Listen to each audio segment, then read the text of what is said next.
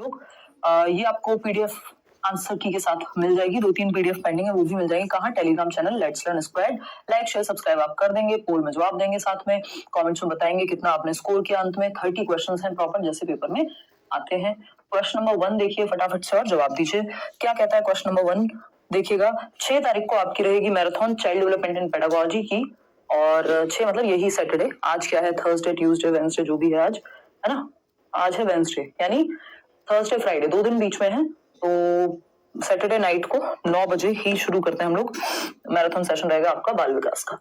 The nature of relationship between development and learning is viewed by Lev Vygotsky as having which of the following characteristics? निम्नलिखित में से कौन सा कथन विकास एवं अधिगम के बारे में सही है? एकदम स्टैंडर्ड क्वेश्चंस हैं। वाइगोस्की के दृष्टिकोण में विकास एवं अधिगम के बारे में कौन सी बात सही है? फटाफट से बताइए, फिर हम आगे बढ़ेंगे। देखिए एक बार, कौन सी बात सही है विकास और अधिगम के बारे में? बहुत बढ़िया नुजहत। देखिएगा, तो सी ऑप्शन कह रहे हैं 52% लोग। देखते हैं, it is linear in nature. ना तो लर्निंग लीनियर होती है, ना डेवलपमेंट, ऐसा कोई नहीं कहता, ना हम इसको सही मानते हैं अगर कोई कहता है। मतलब एक सीधी रेखा में नहीं होती, ये क्या है? स्पाइरल चीजें आगे पीछे होती हैं, वर्तुलाकार होती हैं, एक स्टेज में चलती हैं, फिर दूसरी स्टेज में थमती हैं, फिर और स्ट्रांग होती हैं, है ना? The relationship is static in nature. नहीं, डायनामिक होगा, फिक्स थोड़ी है, मतलब खत्म, बिल्कुल निश्चल है, जिसमें कोई परिवर्तन नहीं होगा, स्थिर है। भाई लर्निंग और डेवलपमेंट, आप कुछ सीख रहे हैं और जो एज के साथ आपका डेवलपमेंट हो रहा है, दोनों चीजें मिलकर के एक डायनामिक यानी परिवर्तनशील चीजें हैं। ऐसा नहीं है कि एक 2+2 4 ही होगा, है ना? अगर हम बात करें, इवन अगर आपकी इंटेलिजेंस बहुत ज्यादा है और आप कुछ अच्छा सीख रहे हैं और आपकी दिशा अगर भटक गई, तो आप कुछ खतरनाक व्यक्ति भी बन सकते हैं। तो ये स्टैटिक नहीं है, कुछ फिक्स नहीं होता। लर्निंग ऑफन प्रीसीड्स डेवलपमेंट, यानी पहले अधिगम होता है फिर डेवलपमेंट आता है। ये बात आज जिन्होंने वाइगोत्स्की पढ़ा है बैच में, आपको पता है ये बात कौन कहता है? वाइगोत्स्की कहते हैं। दूसरी बात है, डेवलपमेंट ऑफन प्रीसीड्स लर्निंग, यानी डेवलपमेंट बहुत बार जो है लर्निंग से आता है या लर्निंग से पहले आता है। ये बात प्याजे कहते नजर आएंगे आपको, ये बात प्याजे कहते नजर आएंगे आपको। तो विकास एवं अधिगम के बारे में लेव वाइगोत्स्की का दृष्टिकोण पूछा है, प्याजे का नहीं पूछा। अगर प्याजे पूछा होगा तो आंसर हो जाता डी, लेकिन यहाँ पे प्याजे ना पूछ करके उन्होंने वाइगोत्स्की पूछा है। और मैंने आपको बताया हुआ, जब वाइगोत्स्की की बात आए तो आप लिख सकते हैं VLD। VLD बोले तो वाइगोत्स्की कहते हैं कि लर्निंग से डेवलपमेंट आता है, पहले L बाद में D। अगर प्याजे की बात करें तो PDL हो जाएगा, यानी डेवलपमेंट से लर्निंग होगी। यानी प्याजे स्टेजेस की बात कर रहे हैं कि एज आएगी, बच्चे की मेच्योरिटी हिट होगी, उसका जेनेटिक मेकअप जो है उसको उसकी टांगों में वो जान आएगी कि वो साइकिल सीख सके। अब वाइगोत्स्की कह रहे हैं कि अगर आप उसको सही माहौल दें, एनवायरमेंट दें, तो ऐसा नहीं है कि फिक्स हैं चीजें कि इसी एज में ये क्षमता आएगी। वो कह रहे हैं आप एनवायरनमेंट दो, जो मोर नॉलेजेबल अदर है, ZPD है, वो सीख जाएगा। एज उनके लिए मैटर नहीं कर रही। लर्निंग मतलब एफर्ट और प्रैक्टिस अगर आप नहीं करेंगे तो एज हो भी गई तब भी साइकिल नहीं सीखोगे, अगर एफर्ट और प्रैक्टिस नहीं हुई है तो दोनों अपनी अपनी जगह सही है। वाइगोत्स्की कह रहे हैं लर्निंग, यानी अगर आपने एफर्ट नहीं किया, प्रैक्टिस नहीं की, तो इंग्लिश चाहे आप 20 साल के हो जाए, अगर कोई भाषा है, इंग्लिश हो, हिंदी हो, कोई भी नहीं सीखेंगे। तो लर्निंग में एफर्ट और प्रैक्टिस लगता है, जिस चीज पे वाइगोत्स्की जोर देते हैं कि आप सोसाइटी में, एनवायरनमेंट में क्या कर रहे हैं? एफर्ट और प्रैक्टिस करके, और फिर वो लर्निंग जब आपने मान लीजिए इंग्लिश सीख ली, इंग्लिश एक एग्जांपल है लर्निंग का, आपने कोई स्किल सीख ली, लर्निंग हो गई आपकी, तो आप फिर लिटरेचर भी पढ़ेंगे उस भाषा का, आप उस भाषा में मूवीज भी देखेंगे, आप उस भाषा में बहुत सारे लेक्चर्स भी सुन सकते हैं। तो क्या हो गया? आपका डेवलपमेंट फिर उस एज के अकॉर्डिंग अपने आप होगा। तो ये क्या होगा? लर्निंग ऑफन प्रीसीड्स डेवलपमेंट, यानी लर्निंग से डेवलपमेंट आता है। आपका जो संज्ञान भी बेहतर होगा क्योंकि आपने वो भाषा सीख ली, लर्निंग की आपने, तो अब आपका कॉग्निटिव डेवलपमेंट भी बेहतर हो रहा है। तो सीखना अक्सर विकास के अग्रिम होता है, यानी आपने सीखा और सीखने से विकास होगा। विकास में बहुत सारी चीजें इंक्लूडेड है ना? उसमें एक चीज लर्निंग भी है कि जुड़ी हुई है कि आपके अंदर बहुत सारी चीजें, चाहे वो दिमाग का विकास हो, शरीर का विकास हो, सामाजिक विकास हो। तो लर्निंग से डेवलपमेंट वाइगोत्स्की, अगर डेवलपमेंट ऑफन प्रीसीड्स लर्निंग होता तो प्याजे का अगर पूछा होता तो डी हो जाता। चलिए खैर आगे बढ़ते हैं। ऐसे ही इनके बारे में थॉट और लैंग्वेज को लेके भी थोड़ा क्लैश रहता है, उस पर बाद में चर्चा करेंगे। मैराथन में एक सेशन में सब कुछ कंप्लीट। क्वेश्चन नंबर 2 देखना, the developmental theorist who view process of development as having substantial plasticity, यानी नए पैटर्न के ही क्वेश्चन है। यानी प्लास्टिसिटी, यानी डेवलपमेंट को जो प्लास्टिक मानते हैं जो मनोवैज्ञानिक, कि विकास क्या है? नमनीय होता है। वो ये कहेंगे कि थ्रू आउट लाइफ प्लास्टिसिटी चलती रहती है, are likely to emphasize the importance of. विकासात्मक सिद्धांतवादी मानते हैं कि विकास की प्रक्रिया जीवन भर चलती होती है। इस संदर्भ में किसकी भूमिका बेहद महत्वपूर्ण है? यानी प्लास्टिसिटी का संबंध किससे है? प्लास्टिसिटी का मतलब है जीवन पर्यंत आप कुछ ना, आपका ब्रेन नया सीखने की क्षमता रखता है। आपके ब्रेन में बहुत सारे न्यूरॉन्स हैं जो बहुत विस्फोट कर रहे होते हैं और आप हमेशा कुछ कुछ नया सीखते रह सकते हैं। तो ब्रेन हमारा कभी भी कुछ भी सीख सकता है समय के साथ। यदि आप उसको सही खाना दें ब्रेन को, तो उसकी सीखने की क्षमता बनी रहेगी, है ना। तो ये क्या है? खाने का मतलब एनवायरमेंट, ठीक है ना। तो ये एनवायरमेंट एंड एक्सपीरियंस की बात हो रही है यहाँ पे कि कॉन्टिन्यूअस है। जो डेवलपमेंट है वो कॉन्टिन्यूअस है। यदि उसको सही अनुभव, सही चैलेंजेस, चीजें मिलती रहें तो नमनीय है, प्लास्टिसिटी होती है आपके डेवलपमेंट में, ये कॉन्टिन्यूअस चलता है, में एनवायरमेंट का रोल ज्यादा है। ठीक, आगे बढ़ेंगे। नेक्स्ट क्वेश्चन देखिएगा। नेक्स्ट क्वेश्चन है question number 3। Discontinuity in the developmental process refers to. अब आपको पता है कुछ लोग मानते हैं कि विकास एक कॉन्टिन्यूअस प्रोसेस है, सतत प्रोसेस है, लाइफ लॉन्ग प्रोसेस है ना, इसमें नमनीयता होती है, जीवन पर्यंत चलेगी। कुछ लोग मानते हैं विकास डिसकंटिन्यूअस है, जिसमें से एक है प्याजे, जो ये कहते हैं विकास डिसकंटिन्यूअस है। क्यों? क्योंकि उन्होंने स्टेजेस में बांट दिया। वहीं वाइगॉस्की हैं जो कॉन्टिन्यूअस मानेंगे, या ज्यादातर लोग कॉन्टिन्यूअस मानेंगे। जब तक प्याजे ना लिखा हो पेपर में, आप मानेंगे कि आपका जो डेवलपमेंट है वो कॉन्टिन्यूअस है। क्या कह रहे हो भाई? टेलीग्राम पे आंसर्स ऑप्शन में ही नहीं दिया कीजिए, आंसर अलग नीचे में दे दीजिए। चलो लास्ट में टाइप करा देंगे सरफराज, आपकी आसानी के लिए, रिवीजन के लिए लिख देते हैं यार वहां पे। चलो ऐसे करा देंगे आज से। देखो एक बात, अगर हम बात करें, अच्छा नीचे लिख देंगे, ठीक है। अगर हम बात करें, आंसर ए ऑप्शन कह रहे हैं आप लोग, देखते हैं। Discontinuity in the developmental process refers to, first option है new ways of understanding the world that emerge during the process of development. विकास की प्रक्रिया के दौरान उभरने वाले नए तरीके जो संसार को समझने में मदद करते हैं। यानी एक स्टेज से दूसरी स्टेज में जब आप जा रहे हैं तो कुछ नई नई एबिलिटीज आपके अंदर डेवलप हो रही हैं। बिल्कुल फैक्ट है ये। डिसकंटिन्यूटी का मतलब ये है, क्योंकि स्टेज में तोड़ दिया तो हर एक स्टेज में कुछ नई चीज उभर रही होगी, उसी को डिसकंटिन्यूटी कह रहे हैं हम, जैसे कि प्याजे की स्टेज में भी है। चलो फिर भी बाकी ऑप्शंस तो चेक करने पड़ेंगे। देखिए, बिना चारों ऑप्शन पढ़े एक जवाब नहीं सेलेक्ट कर लेना, चाहे आपको कितना भी ल्यूक्रेटिव, कितना भी अच्छा, कितना भी लालच लुभावना लग रहा हो ऑप्शन, क्या हाँ ये सही तो है, लेकिन चारों ऑप्शन नहीं पढ़े, चारों में से बेस्ट चाहिए हमको, ठीक है ना। Negative breaks in the developmental process. देखो, नेगेटिव ब्रेक्स नहीं होते। डिसकंटिन्यूटी का मतलब ये नहीं नकारात्मक कुछ चीजें हैं जो नेगेटिव ब्रेक आते रहते हैं, उसको डिसकंटिन्यूटी कह रहे हैं, नहीं। डाउनवर्ड नेगेटिव ट्रेंड के मतलब, तो प्याजे ने ये थोड़ी कहा है, प्याजे डिसकंटिन्यूअस मान रहे हैं तो वो ये कह रहे हैं कि आप नीचे की तरफ जा रहे हैं, मतलब डेवलपमेंट आपका खराब की तरफ जा रहा है, नहीं, ऐसा नहीं है।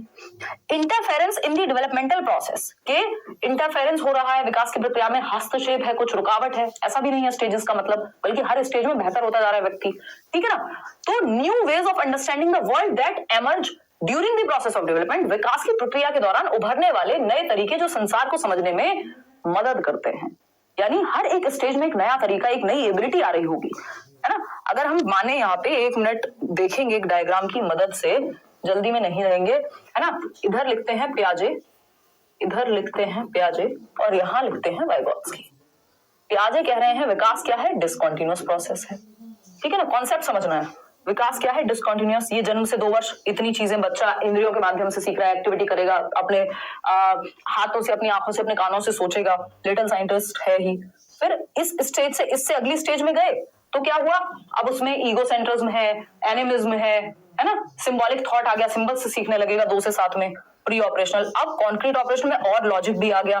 फिर नेक्स्ट स्टेज में नई चीजें उभरी, वो क्या है? एब्स्ट्रैक्ट थिंकिंग भी आ गई, अमूर्त चिंतन भी आ गया, इंडक्टिव लॉजिक यहाँ आ गया। तो हर स्टेज में नई चीजें उभर के आ रही हैं। डिसकंटिन्यूटी का मतलब यही है ना, कि ये SPCF, यानी ये जो 4 स्टेजेस हैं प्याजे की, ये जो 4 स्टेजेस हैं प्याजे की, ये बता रही हैं कि विकास एक अनिरंतर प्रक्रिया है और एक सर्टेन स्टेज तक हाईएस्ट डेवलपमेंट मेंटल जो है वो हो जाएगा। प्याजे का संज्ञानात्मक विकास यही कहता है। हर स्टेज में नई चीजें उभर के आ रही हैं, यहाँ पे अलग, फिर 2 से 7 में अलग क्षमताएं आ रही हैं, यहाँ पे लॉजिक आ जाएगा, लेकिन कॉन्क्रीट चीजों के बारे में इंडक्टिव थिंकिंग आएगी, फिर लास्ट स्टेज में फॉर्मल में डिडक्टिव भी है, एब्स्ट्रैक्ट थिंकिंग भी है, हाइपोथेटिको भी है। हर स्टेज में नई चीजें निकल करके आ रही हैं। जबकि वाइगॉत्स्की कह रहे हैं यार ये कॉन्टिन्यूअस प्रोसेस है, चलता रहता है, इसमें कोई स्टेज के हिसाब से उभरने वाली बात नहीं है, ये तो सोशल इंटरेक्शन और जो भी पीयर ग्रुप है, ये है वो है, मोर नॉलेजेबल अदर है, उससे सीख रहे हैं, ठीक। तो डिसकंटिन्यूटी यहाँ पे तो लाइफ लॉन्ग हो जाएगी। डिसकंटिन्यूअस डेवलपमेंट का मतलब है कि हर स्टेज में कुछ नया उभर रहा है, new ways of understanding the world that emerge during the process of development. आप सेम चीज को अलग दृष्टि से हर बार, जैसे जैसे 2 से 7 वर्ष का बच्चा एक गिलास, 2 गिलास को अलग तरीके से देखेगा कि भाई ये 200 ml पानी है, 200 ml इसमें भी जा सकता है, रिवर्सिबिलिटी आ जाएगी 7 से 11 में, तो नई नई चीजें उभर के आती है। ठीक है ना, आगे बढ़ेंगे नेक्स्ट क्वेश्चन पे। नेक्स्ट क्वेश्चन क्या है, ए ऑप्शन सही था। क्वेश्चन नंबर 4 देखिएगा एक बार, ये क्या कहता है, ये कहेगा authoritative style of parenting. Important है, अथॉरिटेटिव स्टाइल ऑफ पेरेंटिंग और child rearing is based on, यानी हम जनरली जो है 3 से 4 स्टाइल्स पढ़ते हैं टीचिंग में भी, और आपका टीचर का भी स्टाइल और पेरेंट्स का भी स्टाइल, कि पेरेंटिंग यानी बच्चे को बड़ा करने के जो तरीके हैं, ठीक है ना, जिसमें मैं बहुत सारे एग्जांपल्स आपको देती हूँ। समझते हैं कहानी क्या है। बफरिंग यार यहाँ से तो नहीं होती है, पता नहीं आप लोग को कैसे फेस करनी पड़ती है। पालन पोषण की प्राधिकारिक शैली, अथॉरिटेटिव, ये बेस्ट स्टाइल ऑफ पेरेंटिंग मानी जाती है, यानी सबसे बेहतर जो स्टाइल है पेरेंटिंग में बच्चे को पालन पोषण की बच्चे की, वो यही है अथॉरिटेटिव। अथॉरिटेरियन नहीं है, वो एकदम नेगेटिव होती है, वो हिटलर शाही होती है। अथॉरिटेटिव वो स्टाइल है पेरेंटिंग की जहां डिसिप्लिन भी है और जहां केयर भी है, यानी कंट्रोल भी अप है और केयर भी अप है, यानी कंट्रोल भी ज्यादा है, डिसिप्लिन भी है, ऐसा नहीं है पता ही नहीं आपको बच्चे कहां जा रहे हैं, और केयर भी है, यानी आप डिस्कशन करके रूल सेट होते हैं, बच्चों की भी उसमें भागीदारिता है किसी बात को मानने में कि अच्छा आपको ये करियर चूज करना है, तो डिस्कशन हो रहा है, लॉजिक निकल करके आएगा, बच्चे के पक्ष को सुना जाएगा, पेरेंट्स के पक्ष को सुना जाएगा, डिसिप्लिन भी है, और तब जाके किसी कंक्लूजन पे पहुंचा जाएगा, इसलिए ये बेस्ट माना जाता है। Making decisions for the child, बच्चे के लिए अगर आप डिसीजन ले रहे हैं तो आप हैं वो कह दिया ना कह दिया वाले पेरेंट। कौन? अमिताभ बच्चन, किसके? कभी खुशी कभी गम के, है ना। तो उस केस में अथॉरिटेरियन हो जाएंगे आप, अथॉरिटेटिव नहीं बचेंगे, फिर वो हिटलर शाही अधिनायकवादी कह देते हैं, अथॉरिटेरियन हो जाएंगे फिर आप, ठीक है। अगर हम बात करें not listening to a child's point of view, वो भी अथॉरिटेरियन ही है एक तरह से, कि आप खुद ही डिसीजन ले रहे हैं उसके लिए। Making unreasonable demands from the child, ये भी फिर अथॉरिटेरियन ही है। Engage in joint decision making wherever possible, authoritative का मतलब यही है कि जहां भी संभव हो बच्चे के साथ साझेदारी में निर्णय लेना। अच्छा तुमको लगता है कि 10 बजे आना ठीक है, तो आप बता रहे हैं कि नहीं बेटा सेफ नहीं है, फिर आप कहेंगे कि पापा ये है वो है फलाना है ढिमकाना है, तो 70 चीजों पे डिस्कशन होगा। फिर अच्छा क्या होगा कि ठीक है अगर तुम्हें कभी काम है, ठीक है 12 बजे आना पड़ रहा है और हम सेफ एरिया में नहीं रहते और आप एक फीमेल हैं, तो पापा कहेंगे चलो मैं लेने आ जाऊंगा 12 बज रहे हैं, तो है ना। तो ये बीच का रास्ता निकाला गया, यानी दोनों डिस्कशन करके एक जगह तक पहुंचे, ठीक है ना। क्लियर है बात? क्लियर है? चलिए बहुत बढ़िया। तो D option is the right answer. अब पेरेंटिंग स्टाइल पे एक बार बात कर लेते हैं, और टीचिंग स्टाइल पे भी एक क्वेश्चन यहां से आ जाता है। देखिए पेरेंटिंग स्टाइल की अगर बात करेंगे बच्चों को पालने की, तो एक तो है अथॉरिटेटिव। अथॉरिटेटिव इंग्लिश में याद रखिएगा प्लीज, है ना। अभी मैं लास्ट टाइम कह रही थी हिंदी इंग्लिश दोनों में बाइलिंगुअल ही लेकर के चलती हूँ, और फिर भी कई लोग इतने दुखी हो जाते हैं जिसकी हद नहीं है। अथॉरिटेटिव की अगर हम बात करें तो अथॉरिटेटिव जहां पे कंट्रोल भी है, यानी डिसिप्लिन भी है और केयर भी है, यानी केयर भी अप है और कंट्रोल भी अप है, इसीलिए इसको बेस्ट कहा जाता है कि बच्चे और पेरेंट मिलकर के एक डिसीजन ले रहे हैं। ऐसा नहीं है कि सिर्फ बच्चों की चल रही है या सिर्फ पेरेंट्स की चल रही है, ठीक है जी। अथॉरिटेरियन क्या है? पा के नाम से मैंने आपको याद कराया हुआ है, याद हो तो आपको, ये इस पे अलग से एक वीडियो बनाया है यूट्यूब पे भी पेरेंटिंग स्टाइल का, ये कई बार पूछा जाता है कई बार नहीं। अथॉरिटेरियन में क्या है, ये उल्टा लिख दिया अथॉरिटेरियन। अथॉरिटेरियन में क्या है भाई? अथॉरिटेरियन होता है अधिनायकवादी, जिसको हम कहते हैं एकदम हिटलर शाही, वो कभी खुशी कभी गम के अमिताभ बच्चन टाइप्स। ये कंट्रोल तो बहुत ज्यादा है, कंट्रोल तो प्लस में है, कंट्रोल तो अप है, लेकिन केयर की प्रॉब्लम यहाँ पे थोड़ी हो जाती है। केयर दिखती नहीं है पेरेंट की, है मन में वो एक अलग बात है, बट दिखती नहीं है, ठीक। फिर आ जाता है परमिसिव स्टाइल। ना तो ये पेरेंटिंग में अच्छा है ना पढ़ाने के तरीके में, यानी टीचिंग मेथड में भी ठीक नहीं है परमिसिव होना। परमिसिव स्टाइल का मतलब है आपको पता ही नहीं आपके बच्चे कौन सी क्लास में पढ़ते हैं, नहीं ये तो पता है आपको, आपको बेसिकली बच्चों की चलती है, जैसा उनका मन कर रहा है वैसा वो कर रहे हैं, कोई डिसिप्लिन है ही नहीं, कोई कंट्रोल है ही नहीं। तो परमिसिव में केयर इतनी ज्यादा होती है, मोह, ये एक तरह से धृतराष्ट्र वाला स्टाइल हो गया। महाभारत देखिए ना, तो धृतराष्ट्र का जो स्टाइल है वो परमिसिव ही है। ये जो महाराज धृतराष्ट्र है वो बिल्कुल पुत्र मोह में अंधे हैं एकदम, है ना, कि दुर्योधन जो कहे सब चलता है। तो यहाँ पे केयर तो बहुत ज्यादा है, हाय रे मेरा पुत्र, लेकिन डिसिप्लिन या कंट्रोल 0 है, ठीक है ना। कंट्रोल माइनस में है, केयर बहुत ज्यादा है, तो उस केयर के चक्कर में बच्चों की ही चल रही होती है। फोर्थ ऑप्शन है जबकि एक उम्र तक बेसिक डिसिप्लिन चाहिए। अगर हम बात करें, फिर लास्ट आता है आपका इग्नोरेंट, जिसको हम कह देते हैं, या नेग्लेक्टफुल स्टाइल। ये पेरेंटिंग का स्टाइल है कि आप कौन सा स्टाइल से बच्चे को पाल रहे हैं। नेग्लेक्टफुल होता है, पता ही नहीं है इनका बच्चा कौन सी क्लास में पढ़ता है, कहाँ रहता है, टाइम पे चेक पहुंच जाता है बस, है ना। वो अमीर परिवारों के बच्चे देखे होंगे आपने मूवीज में कि पापा जो है बस एटीएम है, पैसा पहुंचा देते हैं, बाकी पापा से ना बात करने की फुर्सत है और ना ही ये पता है कि बच्चा कौन से स्कूल में। अरे ये तो बहुत अच्छा एग्जाम्पल है, अभी वो एनिमल मूवी आई थी ना, तो वो लास्ट में कह रहे होते हैं रणबीर कपूर कि आपको तो ये भी नहीं पता था मैं कौन से कॉलेज में पढ़ रहा हूँ, ये वो। तो नेग्लेक्टफुल पेरेंटिंग है कि आपकी केयर भी जीरो, मतलब केयर भी कम है और कंट्रोल भी कम है ना। तो ये 4 स्टाइल हैं जो बहुत महत्वपूर्ण है, ठीक है ना, 1 नंबर में पूछा जा सकता है। क्लियर है बात? नहीं यार, मैं तो कोई क्लास भी डिलीट नहीं हुई यूट्यूब से नरेश, मतलब बहुत पुराने कुछ वीडियो, इस बार तो अभी तक तो कोई वीडियो नहीं हटी है। क्लियर है बात? तो ये एक बेसिक बात हो गई। अब टीचिंग की अगर मैं बात करूं, बेस्ट कौन सा है इसमें? अथॉरिटेटिव बेस्ट है, क्योंकि यहाँ कंट्रोल भी है, केयर भी है, बच्चे की भी सुनी जा रही है और पेरेंट्स भी एक डिसिप्लिन क्रिएट कर पा रहे हैं। टीचिंग स्टाइल भी यही बेस्ट है कि जहाँ पे टीचर की भी है चलती और थोड़ा सा केयर भी है। हालांकि टीचिंग स्टाइल में हम फैसिलिटेटर मानते हैं टीचर को, ठीक है ना। परमिसिव, नेग्लेक्टफुल, अथॉरिटेरियन, ये सब गड़बड़ है। ऑटोक्रेटिक नहीं होना है आपको एज अ टीचर। ऑटोक्रेटिक का मतलब है कि ये ऑटोक्रेटिक जहां लिखा मिल जाए समझ जाओ नेगेटिव है, यानी एक व्यक्ति ही चल रही है, मतलब सिर्फ टीचर की चल रही है क्लास में या फिर सिर्फ पेरेंट्स की चल रही है। चलिए, authoritative is good, D option is the right answer over here. आगे बढ़ेंगे कि जॉइंट डिसीजन मेकिंग हो रही है। क्वेश्चन नंबर 5 देखिएगा एक बार। क्वेश्चन नंबर 5 देखिए और समझिए। अगर आप ये मॉक टेस्ट भी अच्छे से समझ पा रहे हैं ना, तो आधी टेंशन तो आपकी वैसे खत्म हो जाएगी पेपर में। अकॉर्डिंग टू जीन पियाजे के अनुसार the process of developmental change takes place through which of the following specific cognitive functions. यानी जीन पियाजे के अनुसार विकासात्मक बदलाव की प्रक्रिया में निम्न में से किस विशिष्ट संज्ञानात्मक प्रकारों द्वारा घटित होती है।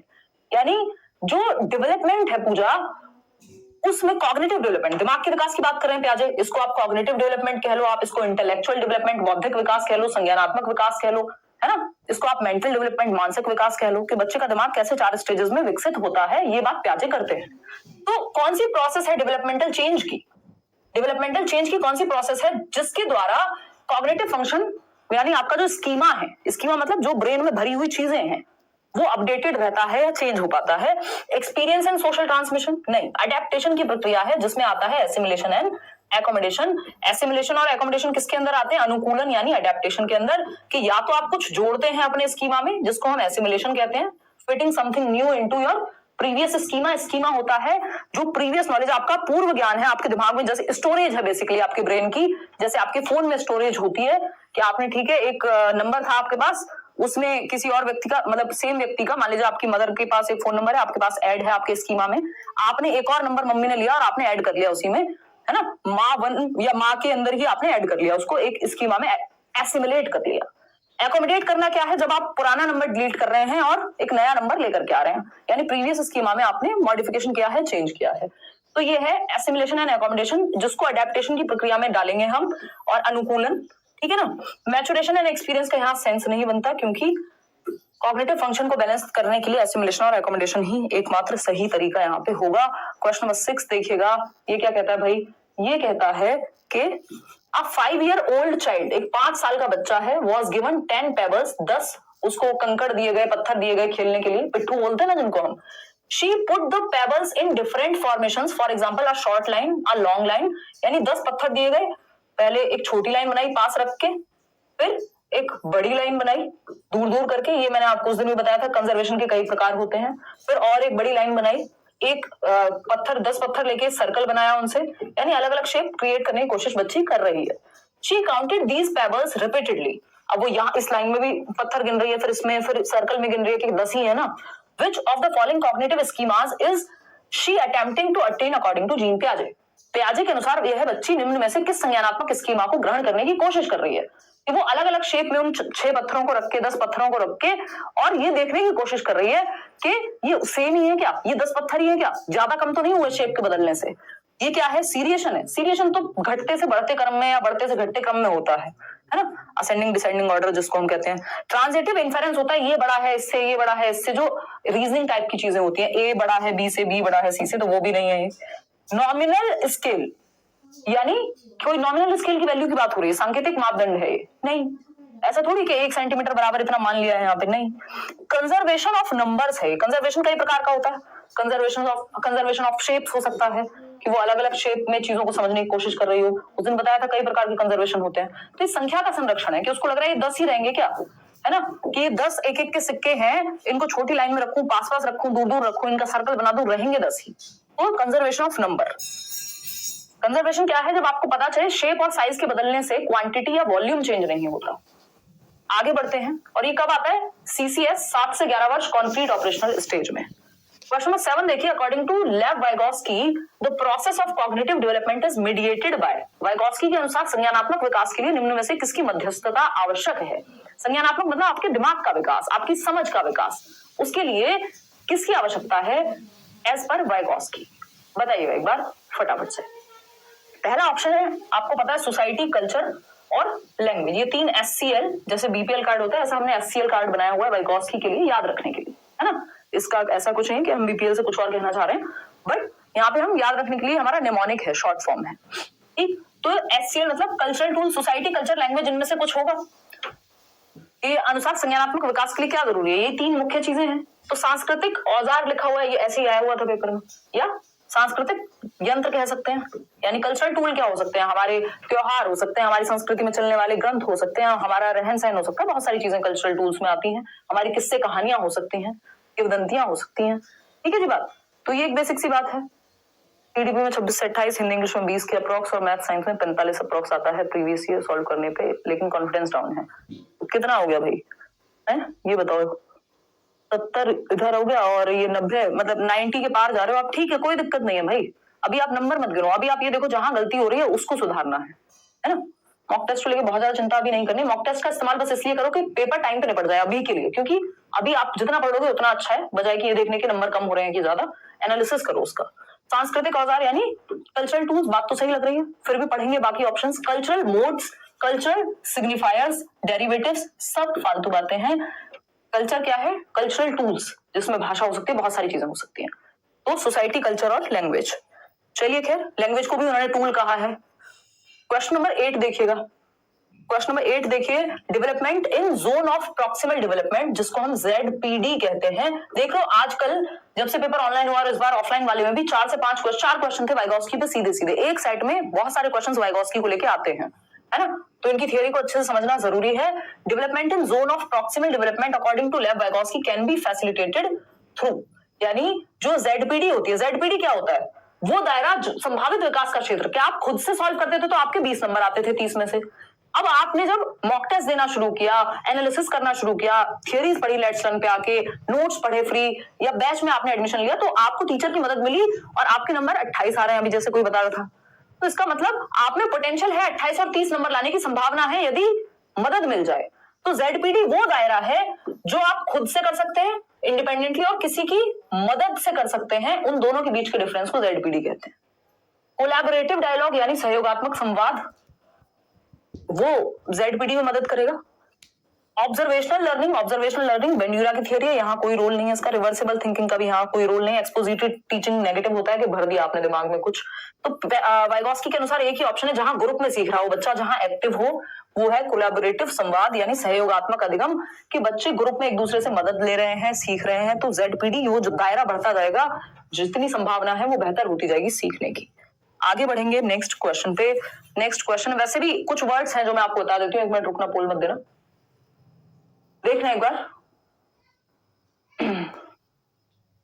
अगर हम वाइगोस्की की बात कर रहे हैं यहाँ पे, तो 2-3 वर्ड्स हैं जो हमें ध्यान रखने हैं। जब वाइगोस्की की थियरी की बात हो तो SCL तो आपको पता ही है, सोसाइटी, कल्चर, लैंग्वेज, ये टूल्स हैं बहुत महत्वपूर्ण।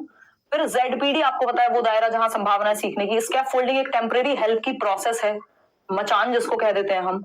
स्कैफोल्डिंग देगा कौन? More knowledgeable other. ये स्कैफोल्डिंग दी कहां जाएगी? MKO के द्वारा। ये दी जाएगी ZPD में, उस दायरे में जो संभावना है सीखने की। स्कैफोल्डिंग क्या होती है? हिंट देना, क्लू देना, हाफ सॉल्व प्रॉब्लम देना। और क्या है? बच्चे जब ग्रुप में सीख रहे हो, अपने पीयर्स के साथ सीख रहे हो, है ना, कोलैबोरेट करके सीख रहे हो, एक दूसरे के साथ, एक दूसरे को सहयोग कर रहे हो, जहां जरूरत पड़े कोऑपरेशन की तो कोऑपरेशन ले या दे रहे हो, तो कोऑपरेटिव लर्निंग। असिस्टिव लर्निंग, ये सारे वर्ड्स हैं जो आपको वाइगोस्की के साथ जोड़ के रखने हैं कि सहयोग करना, ग्रुप में एक्टिव रहना, सोसाइटी कल्चर के माध्यम से सीखना, ये सब मतलब वाइगोस्की की तरफ इशारा कर रहे हैं। ठीक है जी। क्वेश्चन नंबर 9 देखिएगा और जवाब दीजिएगा। क्वेश्चन नंबर 9 देखिए, ये कहता है the stage 5 of post conventional morality as given by Lawrence Kohlberg is marked by, यानी लॉरेंस कोलबर्ग द्वारा सुझाई पश्च परंपरागत नैतिकता के अंतर्गत स्तर 5 की नैतिकता क्या अंकित करती है? आपको पता है 6 स्टेजेस हैं कोलबर्ग की थियोरी में, जो उन्होंने मॉरल डेवलपमेंट यानी नैतिक विकास की थियोरी दी है कि क्या सही क्या गलत। अब उसमें जो 5वीं स्टेज है, जो सेकंड लास्ट, जिसको हम कहते हैं सोशल कॉन्ट्रैक्ट ओरिएंटेशन कह देते हैं जिसको हम, उसके बारे में कौन सी बात सही है? आप free agreement to follow a social contract for the benefit of humanity, यानी एक मानवता की भलाई हेतु सामाजिक अनुबंधों को स्वतंत्र रूप से निभाना। क्या ऐसा है वहां पे कि मानवता की भलाई के लिए सिर्फ निभाना है 5वीं स्टेज में? नहीं, वहां पे अगर बहुत लोगों का भला नहीं हो रहा किसी नियम से, तो उस नियम को बदला जा सकता है, ऐसा 5वीं स्टेज कहती है कि भाई अगर 3 तलाक वाला लॉ ठीक नहीं था समाज के लिए तो उसको बदल सकते हैं। या अगर हम इस सती प्रथा की बात करें तो बेशक वो लॉ था समाज में, लेकिन वो बहुत बड़ी पॉपुलेशन के हक में नहीं था, तो उसको बदला गया। तो लॉ समाज के लिए हैं और वो बदले जा सकते हैं, ये 5वीं स्टेज कहती है। ठीक है ना? तो ये तो गलत हो गया, ऐसा थोड़ी कि फ्री छोड़ दो, चलने दो। A free exploration of ethics even beyond social contract, यानी सामाजिक अनुबंधों के परे जाकर नैतिकता को स्वतंत्र रूप से अन्वेषित करना, ये 6th स्टेज में होता है कि आप एक्सप्लोर करते हैं। लेकिन यहाँ 5th लेवल पे अगर समाज के लिए सही नहीं है कोई नियम तो उसको बदला जा सकता है, इस पे विचार होता है ना? तो ये 6th की बात हो जाएगी। Formulation of moral rules that bypass ethics, यानी ऐसे रूल्स बनने चाहिए जो आचार संहिता के परे हो। अब एथिक्स और मॉरलिटी में क्या डिफरेंस है, बहुत ही शॉर्ट में समझ के चलेंगे और देखेंगे कि क्वेश्चन कहना क्या चाह रहा था, है ना? अच्छा क्वेश्चन है ये।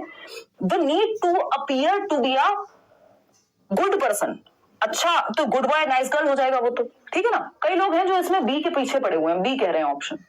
देखो बी ऑप्शन इसलिए नहीं होगा कि बियॉन्ड आप फ्री क्या कर रहे हैं, फ्री एक्सप्लोरेशन ऑफ एथिक्स, कि जो चल रहा है कंडक्ट उसको आप एक्सप्लोर कर रहे हैं, क्या ये सही है क्या ये गलत है, 6th स्टेज की तरफ इशारा करता है। तो अगर हम देखें यहाँ पे तो formulation of moral rules that bypass ethics, कि ऐसा भी हो सकता है कि आप ऐसे नियमों को प्रतिपादित कर रहे हैं जो चल रहा है समाज में, है ना, उसके परे हो।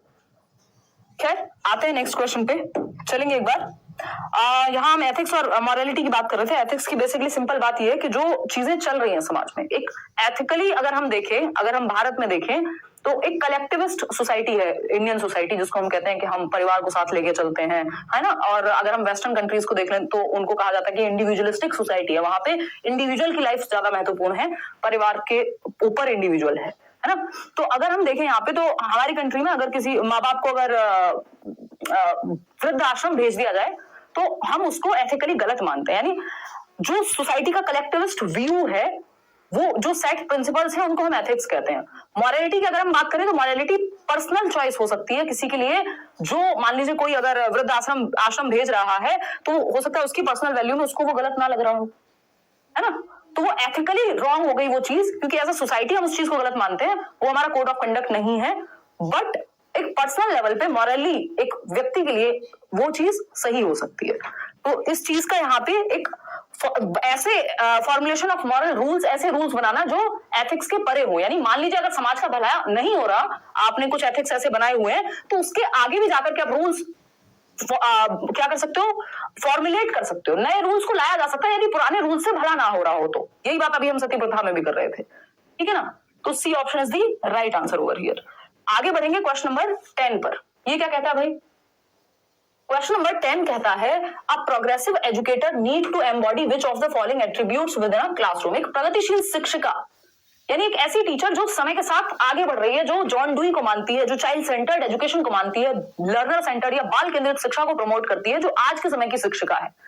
वो एजुकेटर जो बेहतरी की तरफ लेके जाना चाहती है एजुकेशन को। तो प्रगतिशील शिक्षिका को अपनी कक्षा में किस प्रकार का रवैया अपनाना चाहिए? यदि आप एक मॉडर्न टीचर कह लीजिए आप, कि जहां पे जो रिलेशनशिप है बच्चों के साथ वो फ्रेंडशिप का भी है, वो केयर का भी है ना, वो फैसिलिटेटर का भी रोल है आपका, सुविधादाता जो एनसीएफ कहता है।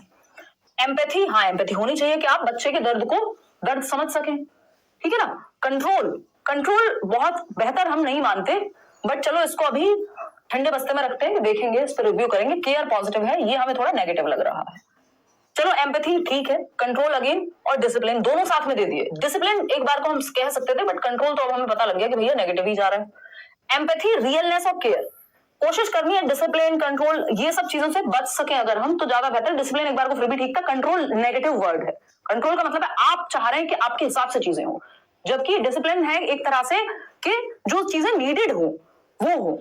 तो सहानुभूति यानी बच्चे के, एक होती है सिंपैथी, सिंपैथी को नहीं लेके चलना हमें क्लासरूम में, चाहे वो इंक्लूसिव एजुकेशन सिंपैथी है, अरे तुमसे नहीं हो पाएगा, कोई बात नहीं, बेचारे बच्चे, तुम्हें चोट लग गई, ये हो गया, मतलब आप बस दिखा रहे हैं कि हाँ आपको केयर है। एम्पैथी है कि to put yourself in someone else's shoes, मतलब आप खुद को दूसरों के जूतों में रख के देख रहे हैं, दूसरे की सिचुएशन में रख के देख रहे हैं कि आपके साथ अगर ये होगा तो कितना आपको बुरा लगेगा। तो एम्पैथी ज्यादा बेहतर है, तभी आप बच्चों को समझ पाते हैं। रियलनेस की अगर हम बात करें, वास्तविकता, झूठ नहीं, और परवाह, केयर तो टीचर में होनी ही चाहिए। टीचर का काम ये नहीं है, आप किसी कंप्यूटर पे काम नहीं कर रहे हैं, आप लाइफ के साथ डील कर रहे हैं, जब स्कूल में है या लर्नर्स के साथ आप डील कर रहे हैं। तो एम्पैथी, रियलनेस और केयर ये टीचर में होने चाहिए, अगर वो एक प्रोग्रेसिव टीचर है तो। ठीक, एम्पैथी, रियलनेस और कंट्रोल नहीं, कंट्रोल यहाँ पे फिर नेगेटिव हो जाएगा। C option is the right answer.